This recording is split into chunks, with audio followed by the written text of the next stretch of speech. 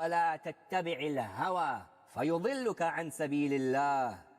And follow not your desire, for it will mislead you from the path of Allah. So one brother says, I've been a brother to you. I've been a companion to you up until this point. But after this point, no longer am I a brother to you. No longer will I be able to assist you. No longer will I be able to aid you. I can't go on the journey with you. I can't help you. I can't assist you. Goodbye. That's one brother. And so the person says to him, you've been of no use to me. What about you? He says to the second brother. So second brother then says, listen, I've been with you throughout life. I've been through the trials, through the ups and downs of life. And I'm still going to be with you. I'm going to accompany you in terms of getting you ready. I'll help you get ready. I'll help you make your preparations for your journey. I'll bid you farewell even. But after that, no longer am I a companion for you. No longer am I a brother for you. You go your way and I'll go my way. So what does the person say to him? You've been of no use to me. Now he looks at the third brother. What about you? What do you have to offer? And so the third brother, he says, listen, I've been with you since day dot. I've been with you since the beginning. I've been with you through thick and thin. I've been with you and I'll stick with you. I'll help you get prepared for your journey. I'll help you get ready for your journey. I'll help you. And not just that, I'll go off with you on the journey and I'll stick with you. Wherever you depart, I'll depart. Whenever you stop, I'll stop. Whenever you continue on your journey, I'll continue with your journey. I'll stick with you. I'll stay with you. I'll never ever leave you. This is the reality of life. These three brothers are the reality of life. Number one, the one that was with you, but then when you went on your journey, he left you. What is that?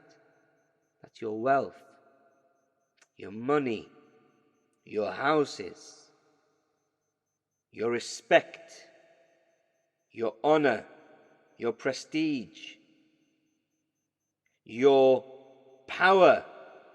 Everybody knows, don't mess with him. Why? Because he's got backup. That is your backup. That is with you, stays with you, up until death reaches you. At that point, your money is going to leave you. At that point, your wealth is going to leave you. At that point, everything's going to leave you. Your respect is going to leave you. Your houses are going to leave you. Your dignity is going to, your authority is going to leave you. People used to consider you to be something big. All of that respect is going to go on. Is going to go. So that's the first brother. Second brother is whom? Second brother is the one that stays with you throughout life. Second brother is the one that even when you're preparing for your journey, it helps you get ready. Who is that? That is your family. That is your relatives. Your wife, your sons, your daughters, your mother perhaps, your father perhaps, your uncles, your aunties, your cousins. They're there for you in life, aren't they? And they're with you throughout life, ups and downs of life. And even at death, they're with you, standing there while you're dying. And even once your soul, it leaves your body, then isn't it the case that your family is with you? That son that might be sitting with you, or that son that you love dearly, that son is most likely going to be washing your body.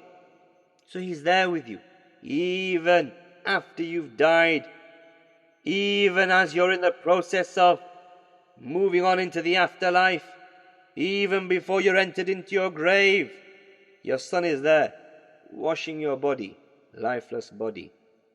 Your daughter is there wrapping your body in the shroud. Your family members are there lowering your body into your grave. Perhaps your mother, your father are there covering your body with the soil for your grave. So that's the reality of the second brother, meaning your family. Your family is there in life. Your family is there at death. Your family helps you get prepared for the burial of your grave. But then after that, you're on your own. And your family is not going to be there with you and there for you after that.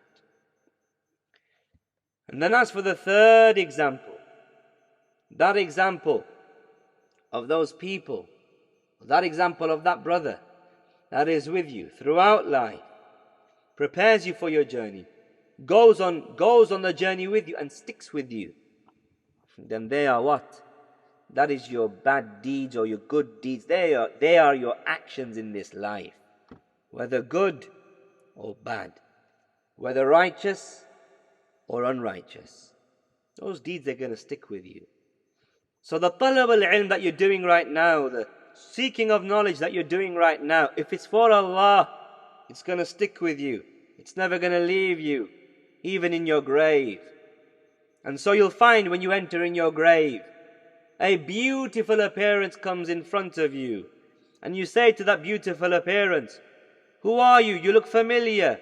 And your face, it gives me glad tidings of goodness. You seem like a good face, a good appearance. And so it says to you, I am your good deeds. I am your good deeds. But if it's the case that you pursue evil in this life, if it's the case that you sit here seeking knowledge, not for Allah, but for other reasons, to be seen, to be heard, if it's the case that you seek knowledge, you teach knowledge for other than Allah subhanahu wa ta'ala, then that crime, that sin, those sins, those deeds, if that is how you live your life, if that is how you perform so-called righteous deeds, then all of those deeds that are in reality evil deeds because they're done for other than the sake of Allah, they'll come to you in your grave and they'll stay within your grave. They'll stick with you in your grave and you'll say, "Who are you? Who are you? Your face is an evil face. Your face forewarns evil." And then that appearance, it will say to you, "I am your evil deeds." And all of that will accompany you in your grave, as punishment for you in your grave, as pain and torment for you in your grave, because of what you earned in this life. And therefore a person needs to be wise. A person needs to be clever, as the Messenger ﷺ is instructing to be in this hadith, in this narration. Clever, wise, shrewd, on the ball, that this life is just a journey for me, that this life is just a quick stopping place for me, that tomorrow I don't know if I'm going to reach it, so let me act like now, act in the evening as though I'm not going to reach it. Let me do those deeds right now as though tomorrow is never going to come. Have that mentality, have that mindset, the mindset of the clever person. As the poet, he said, "Inna lillahi ibadan futana." Indeed, to Allah belongs intelligent slaves. Why? طَلَّقُوا الدُّنْيَا وَخَافُوا الْفِتَنَا. They looked inside the world, fearing its evil. نَظَرُوا فِيهَا فَلَمَّا عَلِمُوا. When they looked inside this world, they came to know أَنَّهَا لَيْسَتْ لِحَيٍّ وَطَنًا, that the dunya is not for a living person a place to stay. جَعَلُوهَا لُجَّةً. They made the dunya into a lujjah, into a sea. وَاتَّخَذُوا صَالِحَ الْأَعْمَالِ فِيهَا سُفَنًا. And they made their righteous actions in this life as ships that they sail through. That's the mentality of the clever person. He looks at this life as nothing other than a sea, nothing other than a river. And the boat that you need to get through life are your righteous deeds. So that is the reminder that we should take, and I should take, from this tremendous narration of the Messenger of Allah alayhi salatu wassalam.